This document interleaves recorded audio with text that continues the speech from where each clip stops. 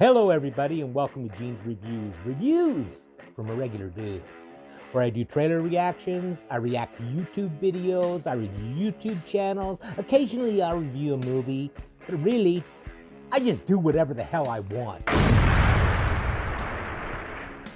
Oh, hello everybody! Welcome to Gene's Reviews from a regular dude, down in the basement. Now I'm doing top 10 scary real-life demon encounters. Yeah, let's see here.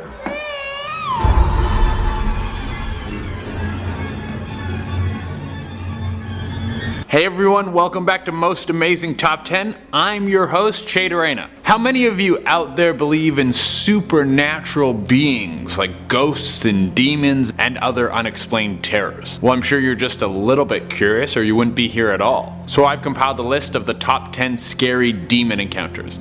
I feel like we don't need to put scary in this one. Like, who meets a demon was like, oh, he's a pretty cool guy. As always, make sure you like, comment, subscribe, and hit the little notification bell. Make sure you stay around for number 1 because the one I pulled out sounds like it's straight out of a horror movie. Without taking any longer, let's get into it. We start off with Richard Snowden. He was kicking around in the 1700s. One night, him and 3 buddies were having a boys' night. The place was a banger. They were having an intense game of cards. The 4 of them were having such a good time that one of them exclaimed, "I hope this night will never end." But just then, there was a knock at the door. It was a companion of one of the men they've been partying with, and he needed his friend's help immediately. There was an emergency. This obviously bummed out everyone else who was at the party. They're like, and one of the guys said, "We would keep playing with the devil himself, even if he took your place." The man from the party and his companion left, and then a few moments later, there was another knock at the door. It was a wandering traveler who asked if he could come in. When he saw the men playing cards, he asked if he could join. Everyone was stoked because it means they could start ripping cards again. You know, people say stuff like that all the time, messing around. Maybe this dude meant it though, so the devil actually showed up. But this wandering traveler seemed to have just the best luck, almost supernatural luck, winning hand after hand until he cleaned everyone out. After everyone was broke, the traveler went to leave, and all the men caught a scent of brimstone. Was this just a ringer that came in to play these poor losers, or was something more supernatural afoot?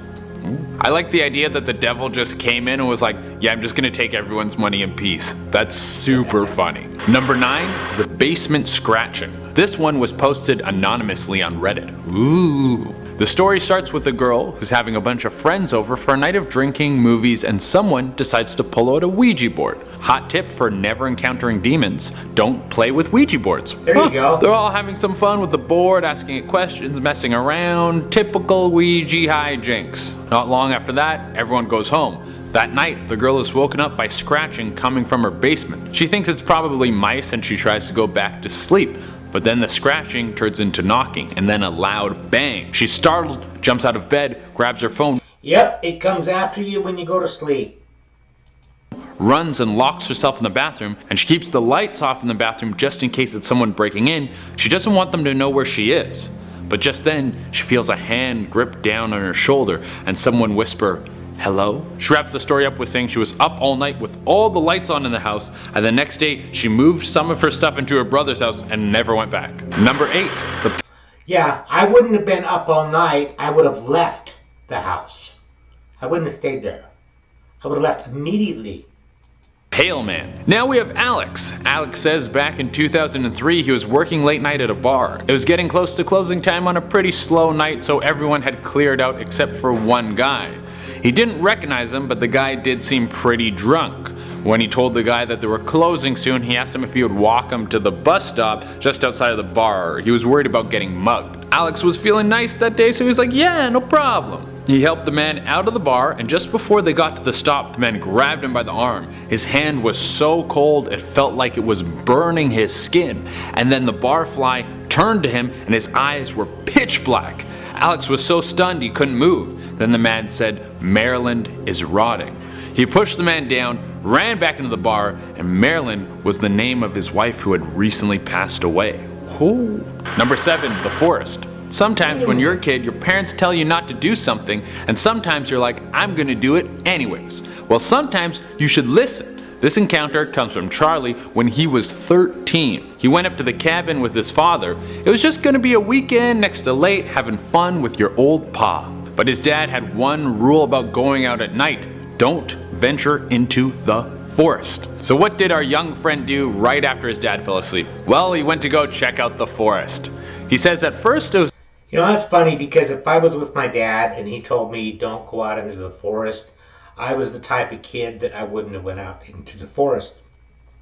I would have listened to him. It was actually quite beautiful. The moon was big and lighting up all the trees. Then he heard a noise, not an animal, but a laugh.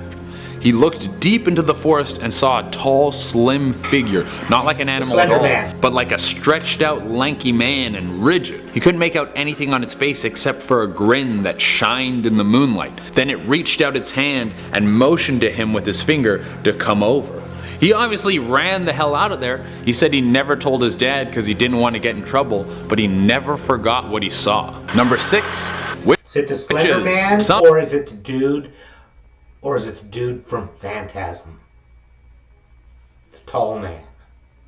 Come here, boy. You start doing something because it's trendy, and then you get halfway up a climbing wall and you realize you're afraid of heights. Well, Danielle got too deep into something in a similar way. She read a book on witches and thought it'd be fun to join her local coven. I think we should start with knitting. Maybe knitting before witchcraft. Anyways, she got with them, and after a few months she got invited to her first seance. So she went, and it was in a creepy basement, as it should be. And when she got there, there was someone who was tied down and sleeping.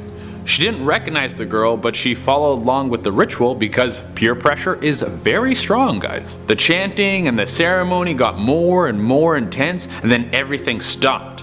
They untied the girl and then sat in a circle around her.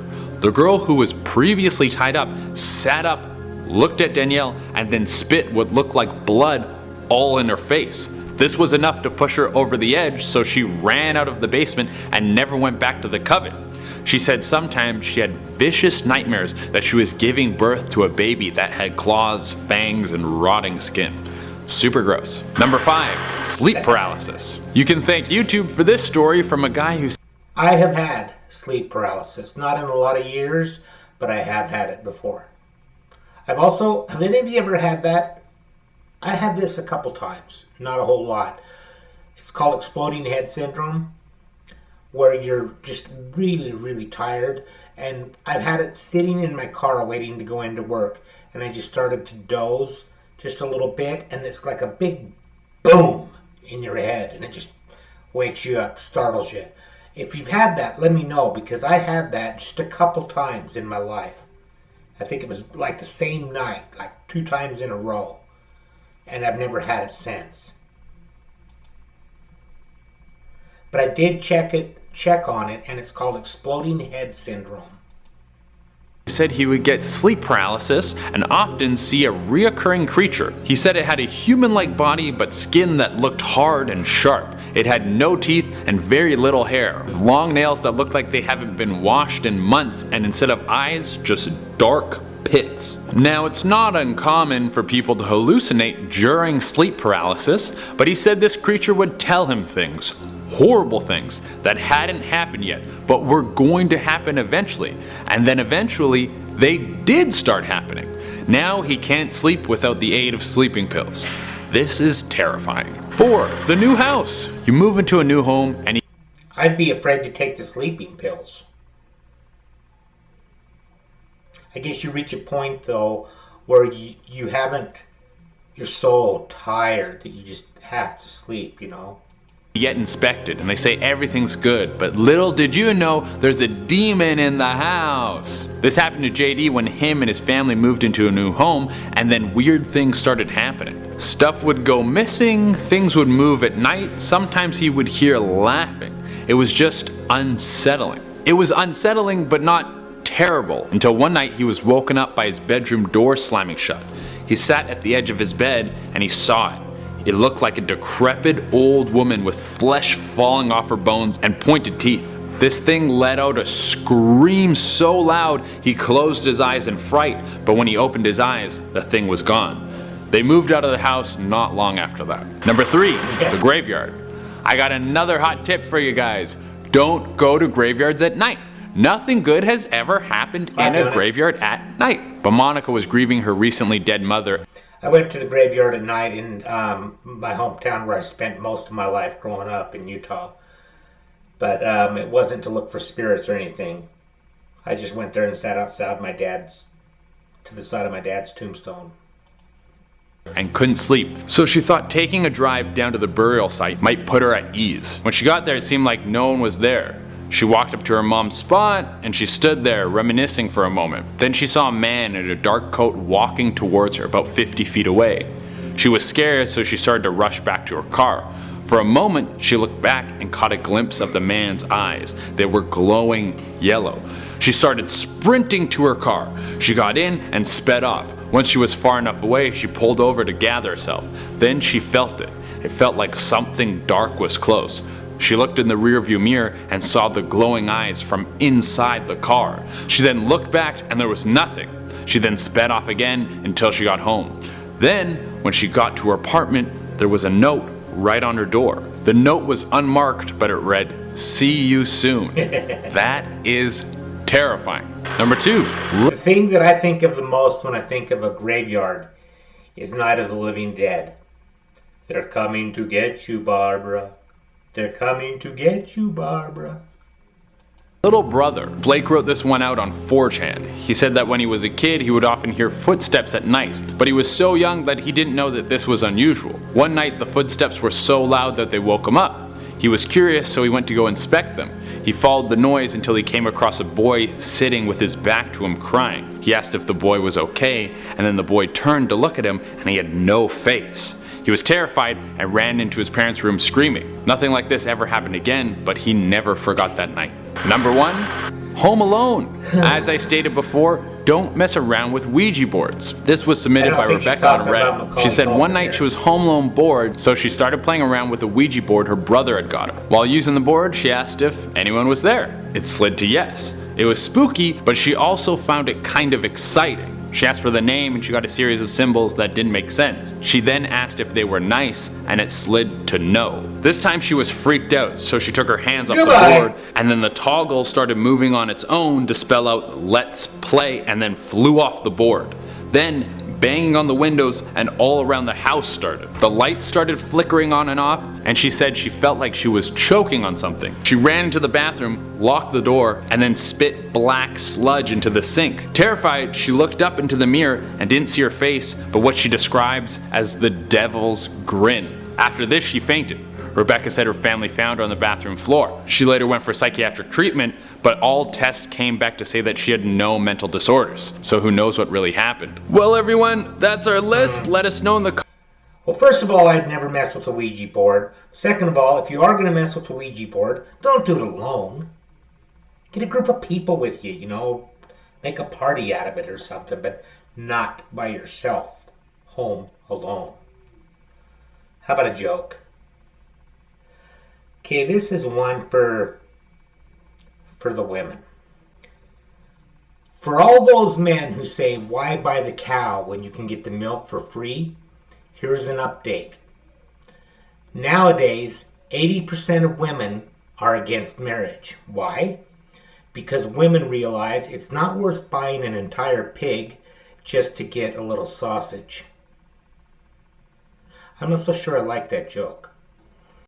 Thank you, everybody. Make sure you like, comment, subscribe, hashtag Mean Gene, all that fun stuff.